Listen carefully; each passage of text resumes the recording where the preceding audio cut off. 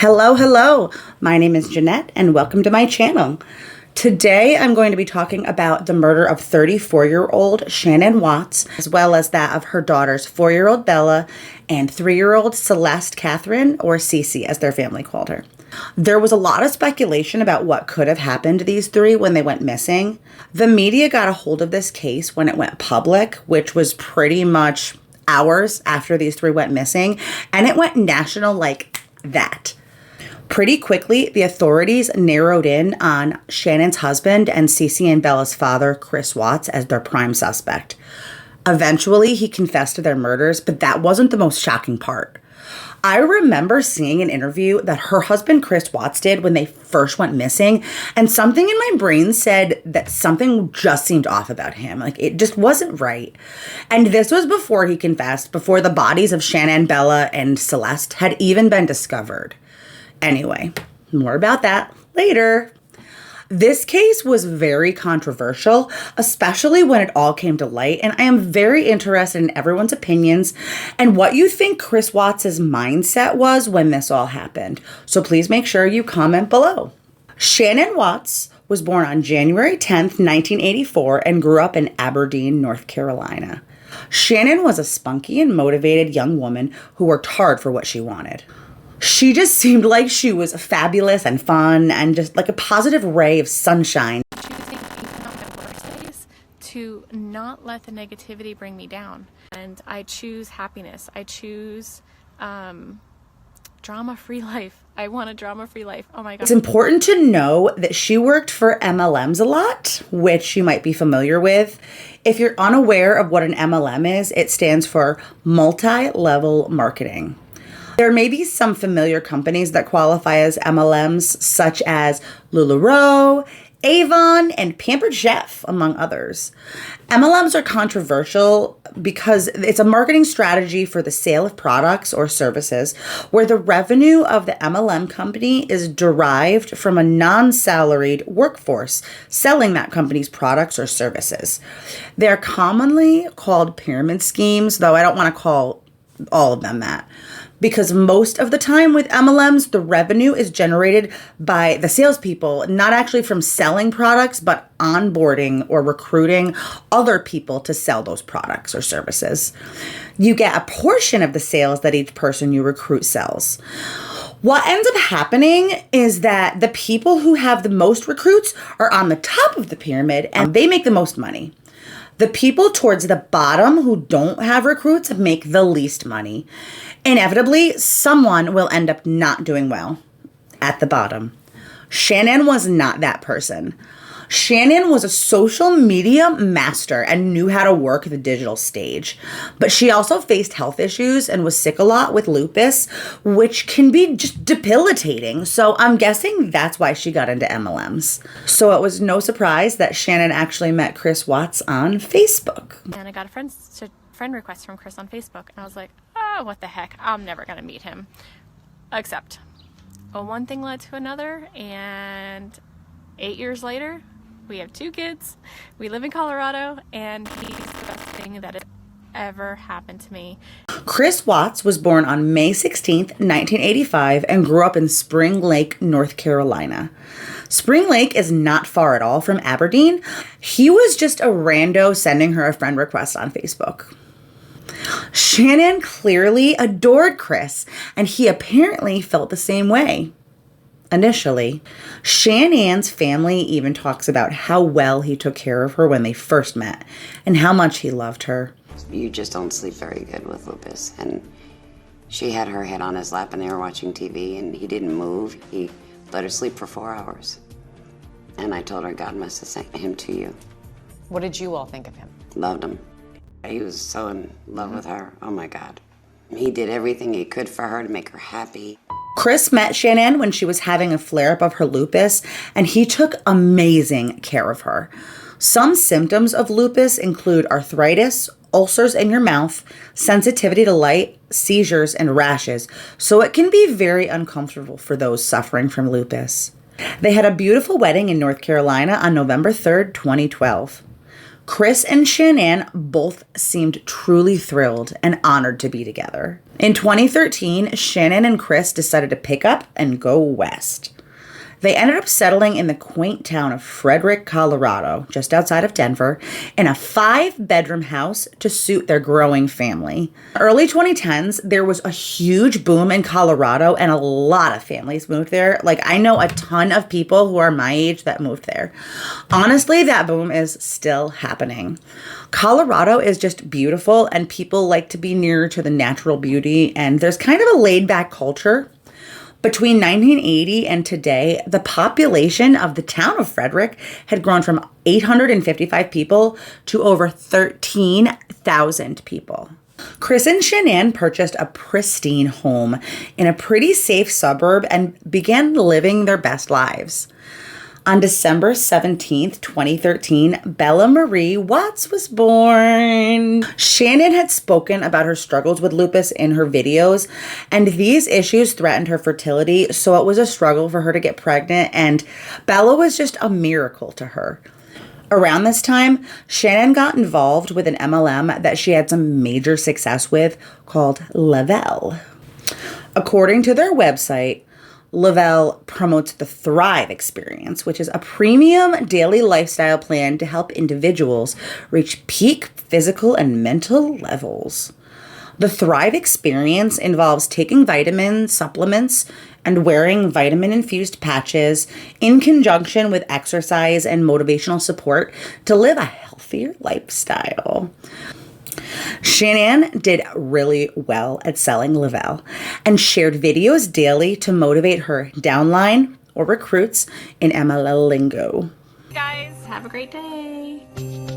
Just about every waking moment of Shanann's life streams live over Facebook.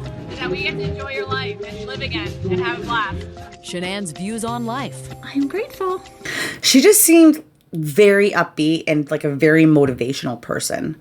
She often got opportunities to travel with the company, and she'd go on like cruises and New Year's Eve in New Orleans. So she did pretty well with this company. We are sitting here Going out?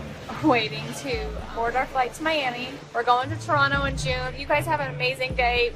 Bye. See my hat? I love Christopher Watts worked for Anadarko Petroleum, a local oil company, doing field work out in the oil fields around the Denver area. On July 17th, 2015, Celeste Catherine, or CeCe, Watts was born. Prior to her birth, they had more fertility issues and tried for a long time to get pregnant with her, so she was just an absolute blessing. On June 11th, 2018, Shannon recorded a video of herself surprising Chris with the news that she was pregnant.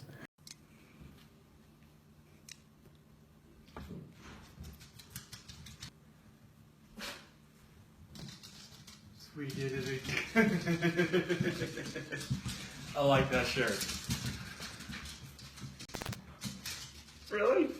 Really? That's awesome. The Watts family was growing and living the American dream. Their life did seem to be pretty perfect on the surface, but that's the way people want you to see things. So on June 27th, 2018, Shannon left with Bella and Celeste to North Carolina on a planned trip to visit their families. But Chris isn't able to join them on this trip until 5 weeks later at the end of July. During this trip, Shannon begins to see signs that maybe Chris isn't as invested in the family as she is. Before the trip, he was very involved with his daughters and her, and they were a solid unit. There are a few occasions while Shannon and the girls were in North Carolina without Chris where she had called him multiple times, and these calls went unanswered. Not just a little, like she called him once and he didn't answer. She called him and texted him multiple times over hours and hours, and he responded way later. That's not cool. Shannon began to get suspicious of this and exchanged texts with a friend voicing her concerns. On July 30th, Chris joined them in North Carolina for the last week of their vacation, and it seems like it wasn't a great reunion. There was an issue regarding CeCe's fatal allergy to nuts. At one point, Chris's parents gave the children food containing nuts, and Shannon felt like they were being negligent, which kind of are if you're giving the kids nuts and they're allergic to them. I think that this is a natural reaction for any parent to have. It's natural to be upset and frustrated, but eventually she cooled off. It seems like Chris didn't help the situation and just fueled the flames of this fight to the point where his parents didn't even attend CeCe's birthday party. This became a huge fight according to a copy of a text Shannon sent to Chris, which she later forwarded to a friend. I didn't tell your dad not to come to the party. I didn't tell him not to text or call your daughter on her birthday. I didn't block your family on Facebook. He did. Then in another text to a friend, she said, he said they apologized and they didn't come to Celeste's party because they were scared of me. Continuing, we've never had a problem in our relationship like this. No joke. Never. This is total left field. When they returned from North Carolina, things did not improve. They continued to have issues and began having conversations about these issues. Shannon confided in friends about this. Chris told me last night he's scared to death about this third baby, and he's happy with just Bella and Celeste and doesn't want another baby. He has changed. I don't know who he is. On August 9th, Chris came with Shannon to the ultrasound to see their new baby, but he didn't seem excited, so she ended up canceling their gender reveal party she had planned. Right after this, Shannon left on a business trip with her friend and coworker, Nicole Atkinson, to Arizona. If you have ever been pregnant and traveled, it is just not a good time. Especially that early in a pregnancy, you just feel like garbage. At 1:48 a.m. on August 13th, 2018, there was a Ring doorbell camera footage of Shannon returning from this trip after being dropped off by her friend Nicole.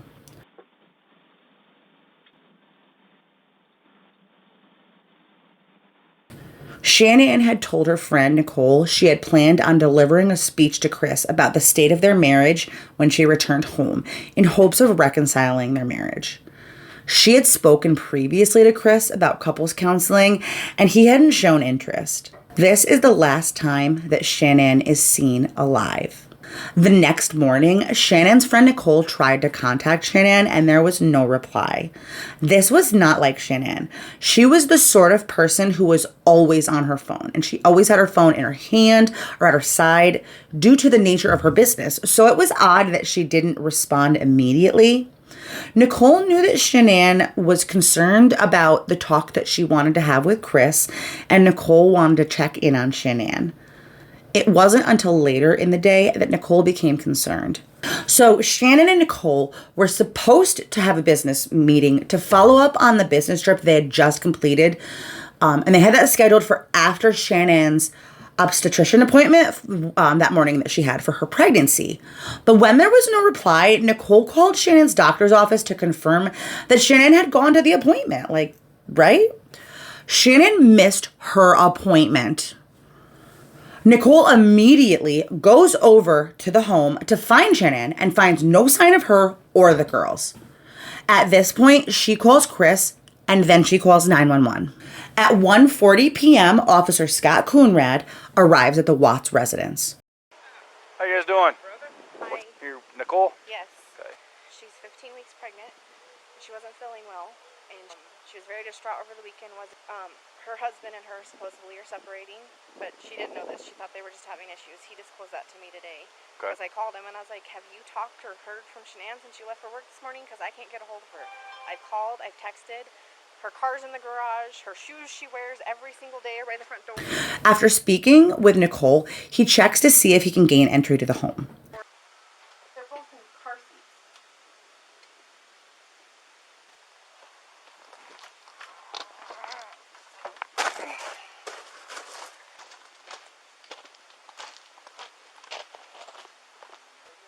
You seen your neighbors today?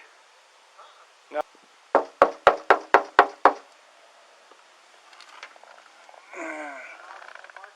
Then Chris finally arrives home.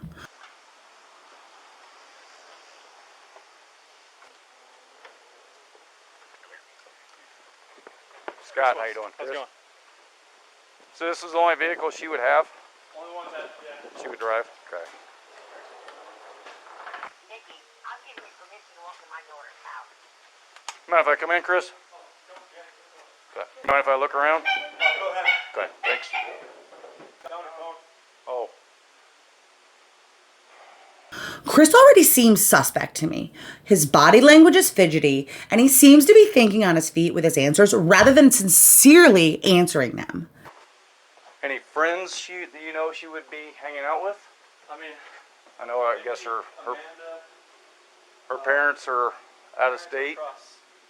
Across country, North Carolina. The police officer even begins asking Chris leading questions, since Chris seems to be at a loss for words at a certain point. I don't think this is even intentional. Chris isn't saying anything. There isn't any evidence of something nefarious happened at this point. Shannon and the girls are just gone. Until they find her keys, her phone, and her purse with her medicine in it. Does she work? Yeah, she works from home. Oh, from home? She works, this is her lifeline. Or blackout or have seizures or anything like No, that? I mean, a long time ago.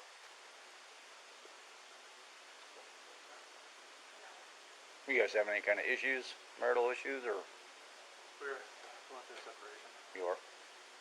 Did you guys file it yet or anything, or just talking about it? No, we're gonna sell the house and do a separation.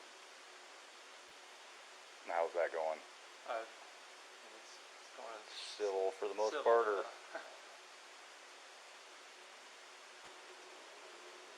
There was no note or anything by the wedding ring?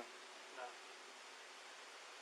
It didn't look like she went through and packed a No, I mean, bag she or has anything. This and all that on the bottom, so it'd be kind of hard to tell if she took a little bit, or it'd be easy to tell if she took a lot, but it's hard to tell if she took a little bit or not.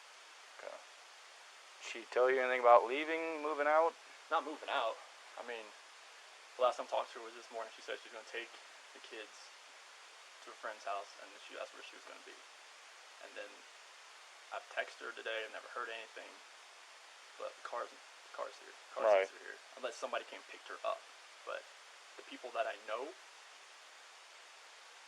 nobody's heard from her. Nobody's seen her. Right. At this point, something is definitely wrong, so the officer and Chris go to check out the neighbor's camera footage. Chris and Shannon's neighbor had a security camera that was angled in such a way that you could see anyone coming in and going out from the Watts home. Roll it. Roll it.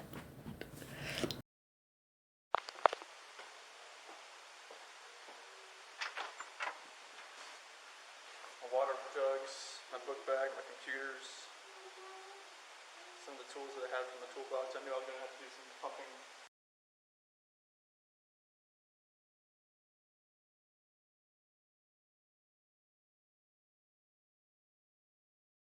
That I had to bring in.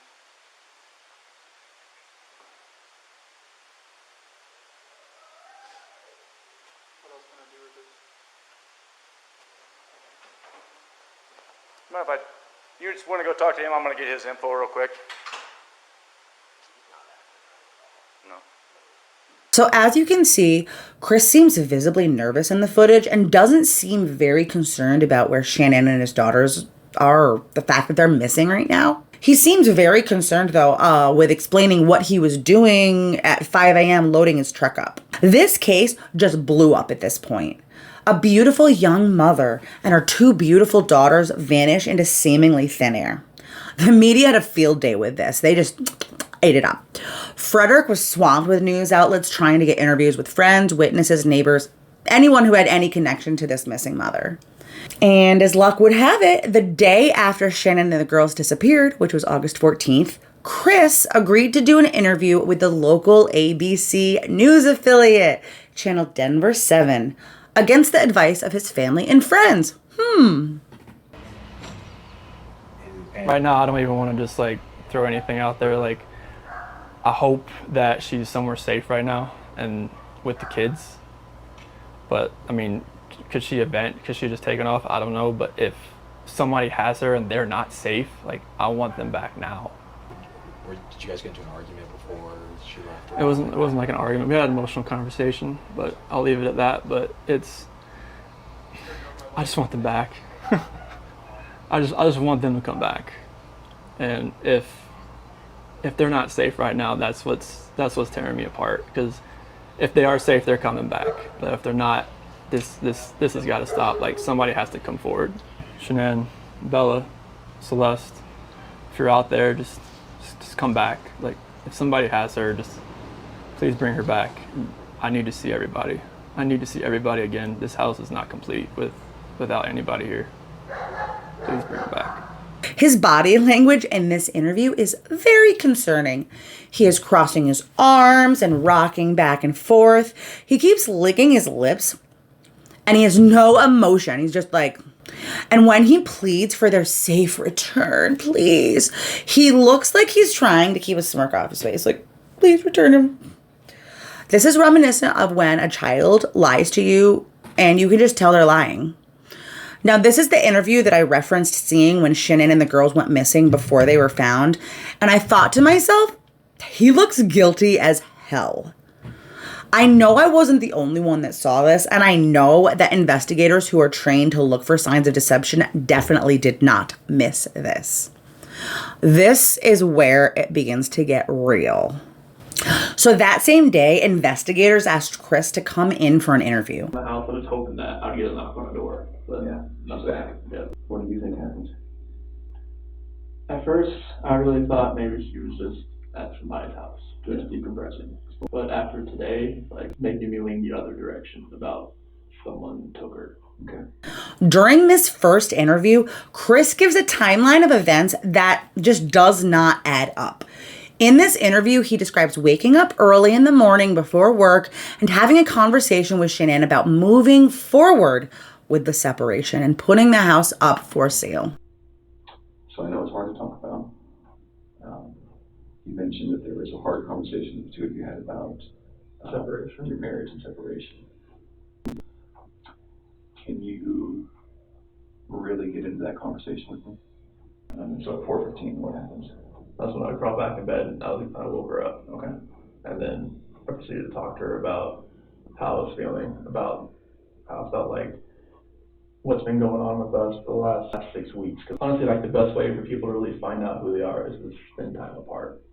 I don't feel like the love we have is there anymore. What you told her? Yes. Okay. What did she say? She said that she wanted to kind of work on it, but if that's the way I was feeling, then she respects that. Okay. And that's when, like, I actually contacted Ann that day, pretty much by about 8 o'clock that day. Who's Ann? The realtor. Oh, okay. He then describes loading up his truck with work supplies and heading into work. But unfortunately for Chris, they know something he does not know. They know about Nicole Kessinger. It's me. I miss your face. So Nicole Kessinger was a coworker of Chrid Watts's at Anadarko Petroleum. Nicole and Chris met at work.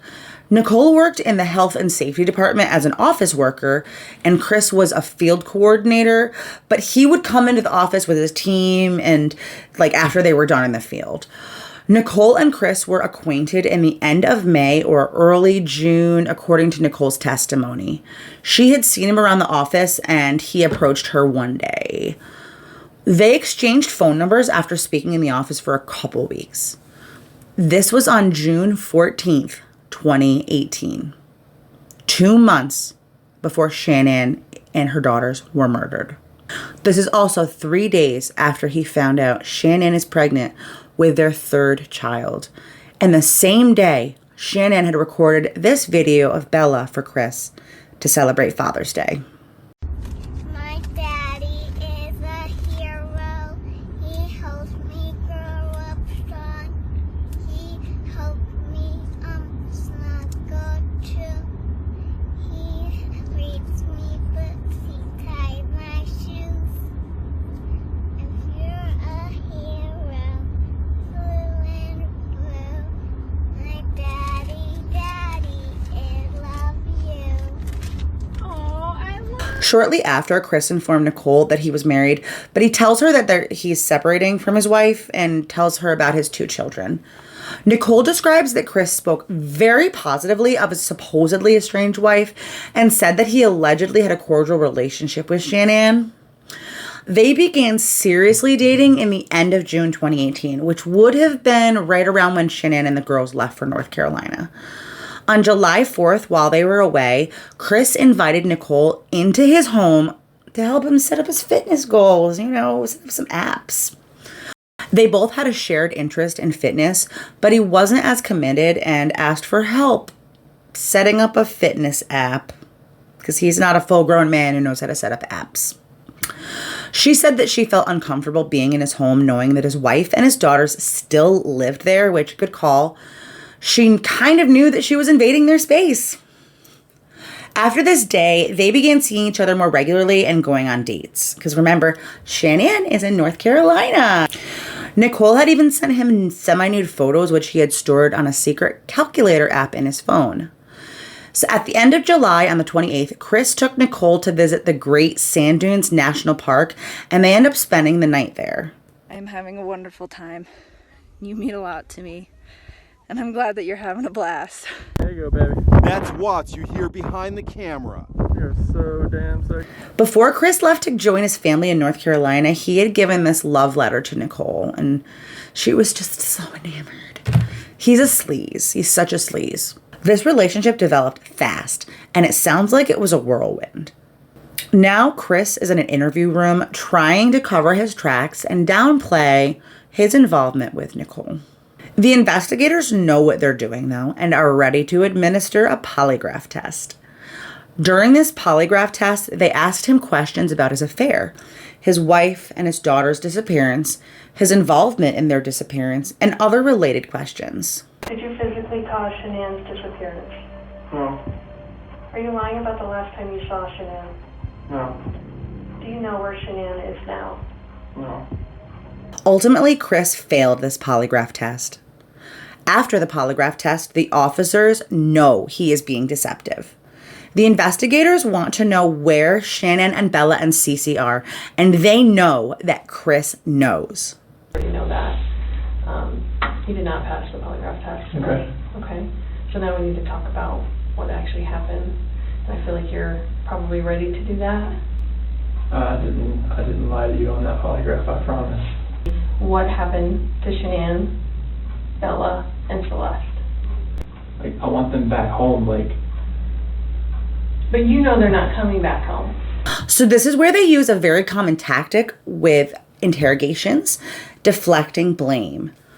If the investigators can get Chris to change his story and admit to murdering Shanann, they can start to work on getting a step closer to the truth.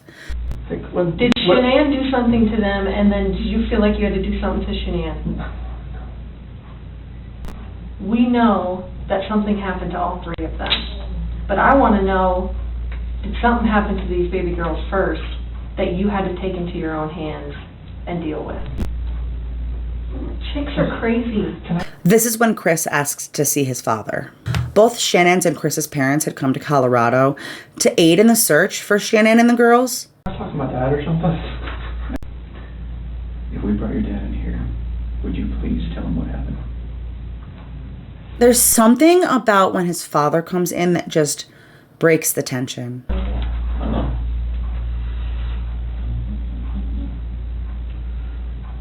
What's going on with anything, or? It's polygraph. Failed it. Too much emotions. So I mean, they're not gonna let me go.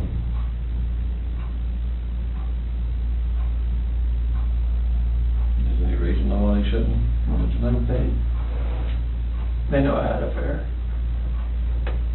And they know.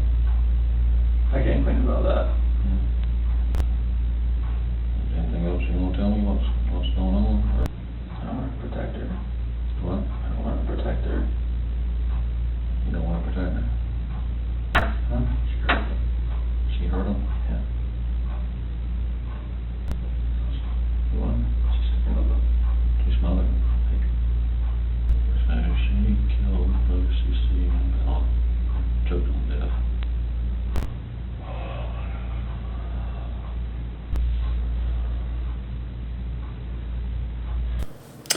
Chris fell right into the interrogator's trap. So at this point, they have a confession, but they need more information. The likelihood that this wonderful mother who was pregnant with a third child had killed her own daughters was very low. And the investigators knew this. Either way, they needed to know what he had done with the girls and Shanann. They knew the girls weren't in the home or nearby because they had been doing an extensive search. It was completely shocking for everyone to find out where the girls were. I remember being shocked when I heard this. I can only imagine how their families felt. I think we have a picture of, is it Survey 319? Whereabouts is Shanann and the girls?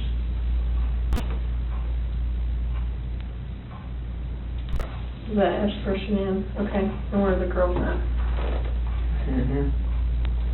In these? Are they in the tanks?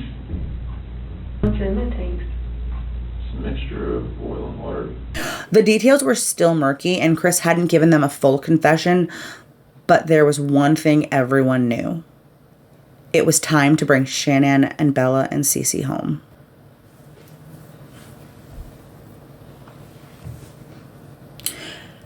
At 11 p.m. on August 14th, the forensic investigators and officers who had interviewed Chris headed to the oil field. They found Shanann curled up as though she was just tossed down into a hole, rather than being laid out like most people do. Then he covered her with dirt.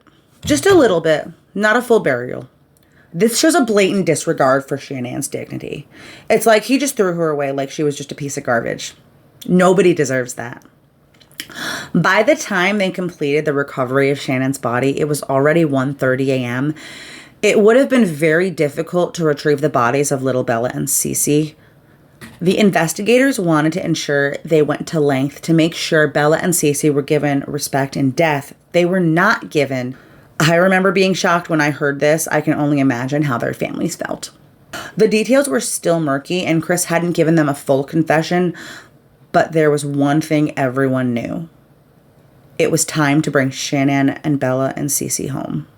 At 11 p.m. on August 14th, the forensic investigators and officers who had interviewed Chris headed to the oil field. They found Shanann curled up as though she was just tossed down into a hole, rather than being laid out like most people do. Then he covered her with dirt. Just a little bit, not a full burial. This shows a blatant disregard for Shannon's dignity. It's like he just threw her away like she was just a piece of garbage. Nobody deserves that. By the time they completed the recovery of Shannon's body, it was already 1:30 a.m. It would have been very difficult to retrieve the bodies of little Bella and CeCe. The investigators wanted to ensure they went to length to make sure Bella and CeCe were given respect in death. They were not given at the very end of their lives by their father. They wanted to make the recovery of their tiny bodies something that wouldn't further hurt them. The investigators had to make the heart-wrenching decision to leave Bella and CeCe in the oil tanks for one more night. As soon as dawn broke, the investigators were able to see that there was hair around the lid of the tank. And that was when they knew the girls were in there. They were hesitant to even believe that anyone would put their child into an oil tank. But now they knew. These hatches were 8 inches in diameter, and he shoved his daughters into them. When they pulled CeCe out, she still had her nightgown on.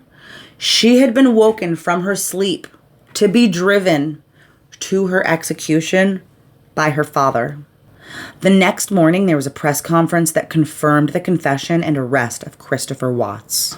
Originally, Chris had told investigators that Shanann had strangled Bella and CeCe manually, and upon seeing this, he became enraged and basically blacked out and strangled her. In the autopsy, Shannon's body had marks on it that corroborated the fact that she had been manually strangled. However, in CeCe's autopsy, there were clear signs that she had been smothered with a pillow or similar object and not strangled, as Chris had said he had witnessed. They were able to prove that Bella had even fought back. These murders shocked the nation, but the full horror of this tragedy was yet to come.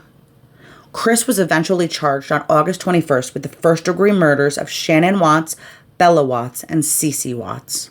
Unfortunately, they were unable to charge him with the murder of an unborn baby in the state of Colorado, but they were able to charge him with the unlawful termination of a pregnancy to get justice for their unborn son. That's right. The baby was a boy that Shanann had planned to name Nico. She had planned to have a gender reveal that week, and she canceled it because of the issues she was having with Chris. So no one ever found out that she was having a son until the investigation uncovered this. Chrid Watts was also charged with 3 counts of tampering with a deceased body. Eventually, Chris's mistress, Nicole Kessinger, came forward, calling into a tip line seeking information on the murders. They were able to use her testimony as well as evidence on her cell phone to eliminate her from suspicion of being involved in this horrible crime. So what actually happened to Shanann Watts? While Chrid Watts was being held on those charges, the investigators and DA began preparing for a murder trial. Chris had made a partial confession, but he hadn't really been completely forthcoming with the investigators. It didn't seem like he was planning on just pleading guilty and telling them what happened. The prosecutors and investigators were not okay with allowing him to just skate by on the premise that Shanann had murdered the girls and he only murdered her in retaliation. Absolutely not. They knew that this wasn't the truth. And they knew it would not be justice for Shanann. They proceeded with collecting evidence and witness statements until, on November 6th, Chrid Watts accepted a plea deal and pleaded guilty to all the charges he faced. Chris was admitting that he murdered his entire family with this plea. But there were still a lot of questions about the true timeline of events. Chrid Watts was ultimately sentenced to 3 life sentences in jail for Shanann, Bella, and Celeste, plus 40 years for Nico. Shannon's family didn't want Chris to face the death penalty, so they asked the judge not to give him the death penalty, but he would have certainly been facing the death penalty because Colorado is a death penalty case. But that would have also meant that her family would have been dragged through litigation and having to go to trials for years and years to come, because capital murder is a really hard case. Like you need to have like rock solid evidence, proof, like everything needs to be ironclad because you're going to be killing someone at the end of this process. Chris was remanded to an out-of-state facility, Dodge Correctional Institution, a maximum security prison in Waupun, Wisconsin, due to safety concerns. Like, I would be concerned too, since he annihilated his entire family. Like, I'm sure there are people who want to kill him in that nearby. Whatever like the nearest prison is, everybody in there is probably like, let me get a piece of that. In February of 2019, the investigators on the case flew to Wisconsin to finally get closure on this case. They wanted to know what really happened that night in August to Shanann and their daughters. So eventually Chrid Watts gave a full confession to the murders. That night, when Shanann arrived home, she was determined to talk to Chris about the state of their marriage in an effort to resolve any issues that had arisen that summer. Prior to the affair, which Shanann didn't know about for sure, but had a pretty good idea about, Chris had been a fully dedicated family man, and she knew that something was wrong. She had her suspicions that he was possibly cheating, but at this point, she wanted to save her family. Chris had other plans.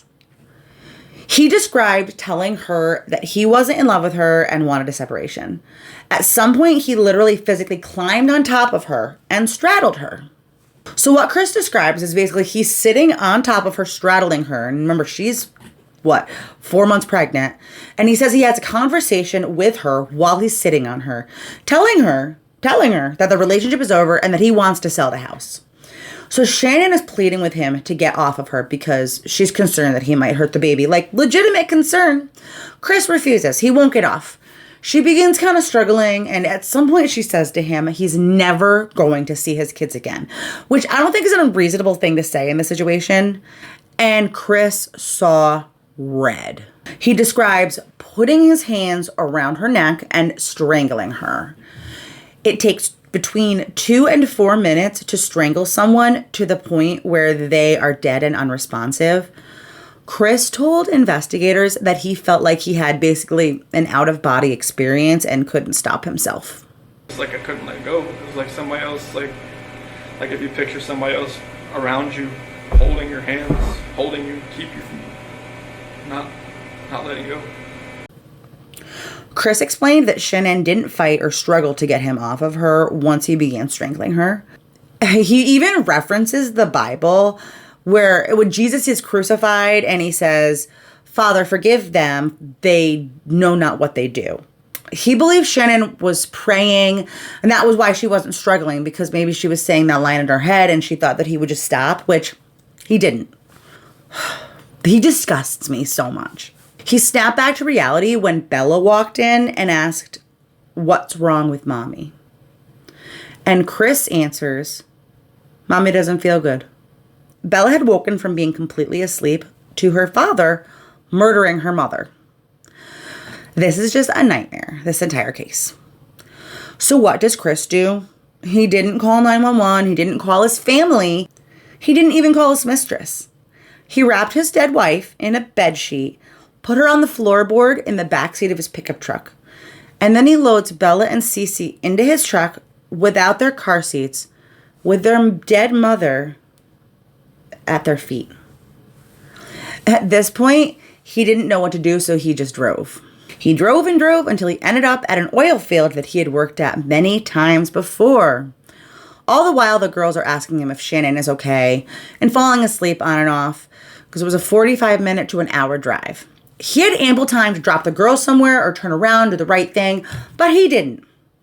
When they arrived at the oil field, Chris removed Shanann from the truck, dragged her off into a brushy area, and made a crude attempt at burying her. This entire time, CeCe and Bella are in the truck watching this unfold. Can you imagine what was going through their little minds while they waited for their father to return?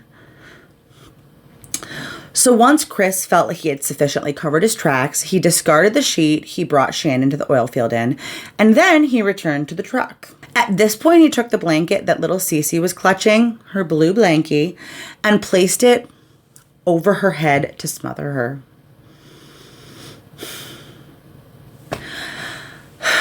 Then he removed CeCe from the truck and took her little body up the stairs of the oil tank and dropped her body through the hatch into the mixture of oil and water below.